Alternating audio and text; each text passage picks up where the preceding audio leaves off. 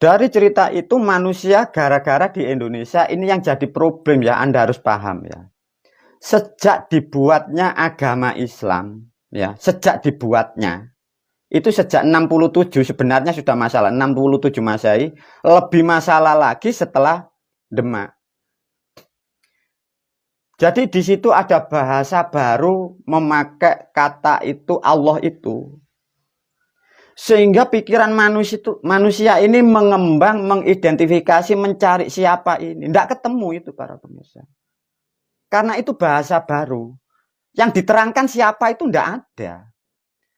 Dengan perkembangan negara kita, penjajah masuk atau kolonial masuk. Waktu zaman Belanda. Nah,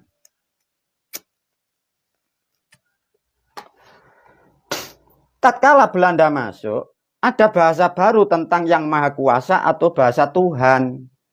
Nah, sejak itulah di negara kita, di Republik Indonesia ini menerangkan dua bahasa. Yang satu memakai bahasa Allah, yang satu memakai bahasa Tuhan. Ini tidak akan pernah ketemu para pemirsa. Tidak akan pernah ketemu. Untuk meluruskan dari dua opsi yang salah kaprah, tidak ada subjek objeknya. Gimana caranya para murid? Diajarkan. Para murid, para santri, para pemirsa dimanapun berada. Melalui video ini Anda membuat pertanyaan dan sekaligus Anda harus bisa mengilustrasikan. Menurut Anda Allah itu bentuknya kayak apa? Kalau Tuhan itu bentuknya kayak apa? Ilustrasikan, terserah menurut Anda.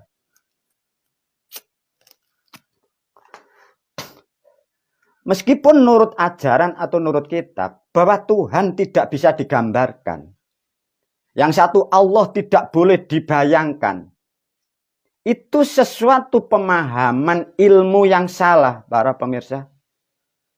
Sesuatu yang ada itu bisa digambarkan. Bisa diilustrasikan. Kalau sesuatu yang tidak bisa diilustrasikan itu tidak layak dikonsumsi manusia. Dan tidak layak untuk dikenal oleh bangsa manusia. Karena tidak bisa diilustrasikan. Tidak bisa digambarkan. Karena apa-apa yang dibutuhkan manusia, apa-apa yang harus bisa digambarkan. Nah selama ini 2000 tahun, manusia ini rusak terutama di Indonesia ini. Yang satu Allah, yang satu Tuhan tidak ketemu. Untuk meringkas untuk perdebatan dari Allah dan Tuhan, rumusnya digandeng oleh guru jadi satu.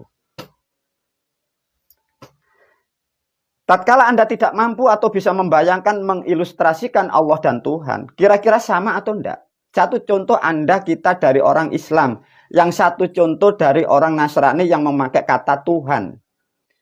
Di dalam pikiran orang yang beragama Nasrani, tatkala Tuhan ilustrasinya apa? Tatkala Allah ilustrasinya apa? Kalau tidak sama bagaimana? Kalau sama bagaimana? Iya guru gimana? Nah, coba didengarkan ini nasihat yang sangat bagus ya. Tatkala Allah tidak ketemu ilustrasinya, Tuhan tidak ketemu. Diringkas oleh guru. Tuhan dalam agama disebut Allah dalam agama Islam. Mungkin Tuhan di dalam agama Nasrani dijamak mungkin Tuhan Yesus. Tapi masih kurang kredibel. Kalau Tuhan lebih solid. Diberi pertanyaan oleh guru. Apapun disebut Tuhan, kalau tidak mempunyai kekuatan, nah, jadi Tuhan tidak dia. Nah, keren kan? Iya.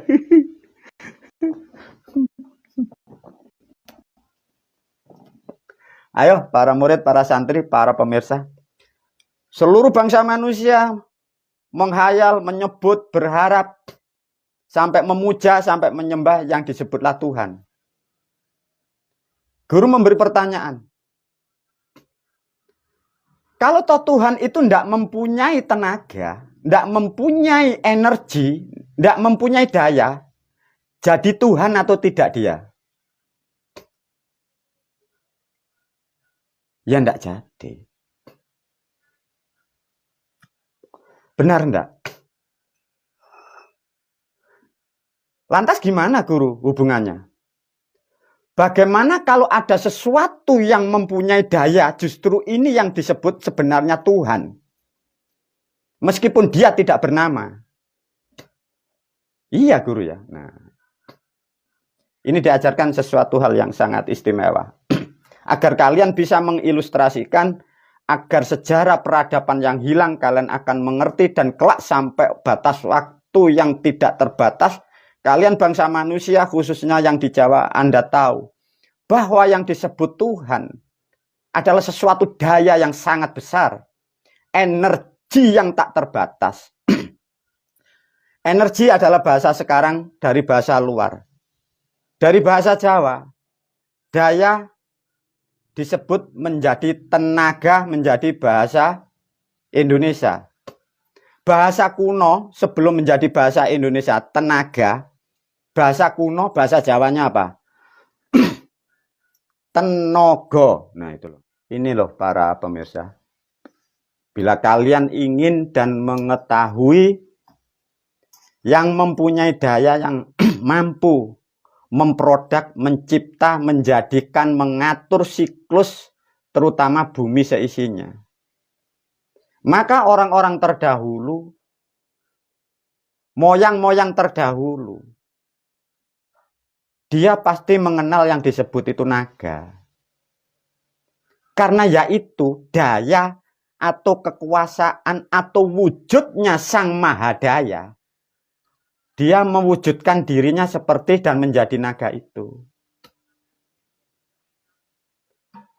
Artinya kurang lebih 2000 tahun manusia berdebat silat sampai membunuh, sampai sekarang banyak yang meninggal.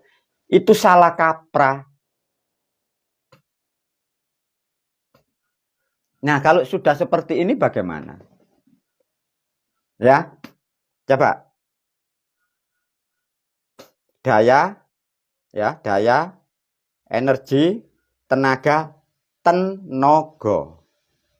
Yaitulah Sang Maha Adidaya. Maka naga itu di alam manusia.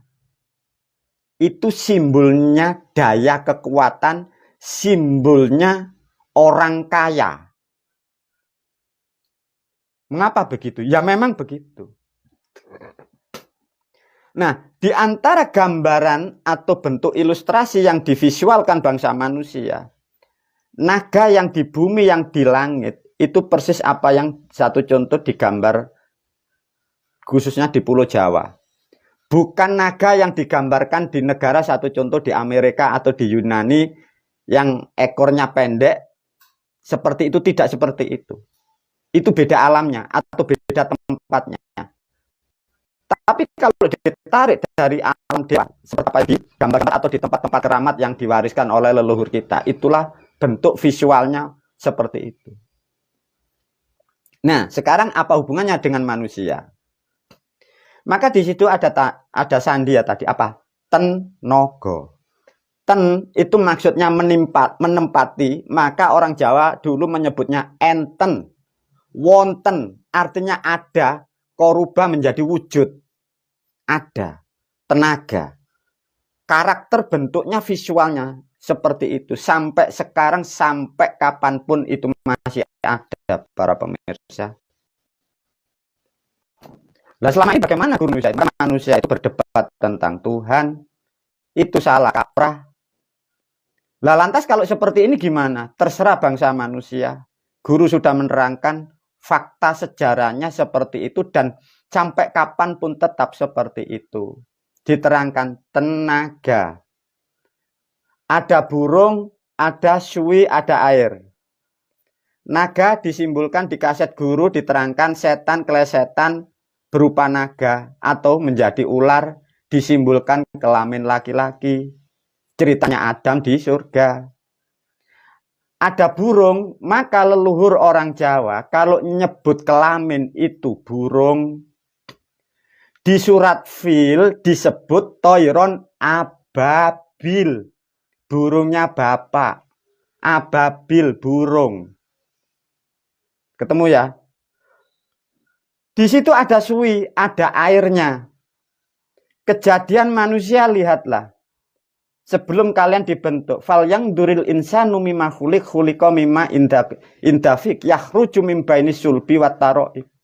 Sesungguhnya kalian bangsa manusia dicipta dari air yang hina, liwat burung, toiron ababil. Nah, ketemu. Sejarah ketemu, para pemirsa. Begitu luar biasanya sejarah yang diulas oleh leluhur kita, tapi sudah tidak akan pernah ada yang mampu. Nah, dari cerita itu ada bahasa yang disebut burung. Maka mengapa di Pulau Jawa kalau menyebut burung itu, kalau lihat sekarang Anda menyebutnya burung apa? Burung bangau. Orang Jawa nyebutnya burung apa? Nah, ketemu. Iya, guru, gimana itulah? Ketemu ya. Saya buka, saya terangkan. Karena yang mengetahui sejarah ini hanya Dia Sang Maha Agung itu. Tapi bila tidak aku terangkan, kalian bertikai, bermusuhan atas nama Tuhan. Itu salah semua seluruh dunia. Semoga ini video ini mampu menerangi kalian, khususnya kalian bangsa Indonesia. Dan lebih khusus Anda yang di Jawa, yang di bumi Pancasila. Percuma kalian bertikai, berdebat, berlama-lama di tempat-tempat ibadah. Itu nyimpang semua. Lantas gimana, guru? Ya mari kita syukuri, semoga ini menjadi rahmat buat kalian. Bila ditarik faktanya para pemirsa, para murid dan santri, ada namanya burung sampai feng shui, hong shui, menjadi burung kuntul, toiron, ababil, manuk, ada air menjadi tenaga, menjadi nogo. Percaya dan tidak, seluruh bangsa manusia, kalian membuat manusia. Tenagamu besar atau tidak? Itu loh para murid, para santri. Makai tenaga atau enggak? Kalau kalian bangsa manusia tidak mempunyai daya atau energi, bahasa Jawanya tenaga, kalian kan gini.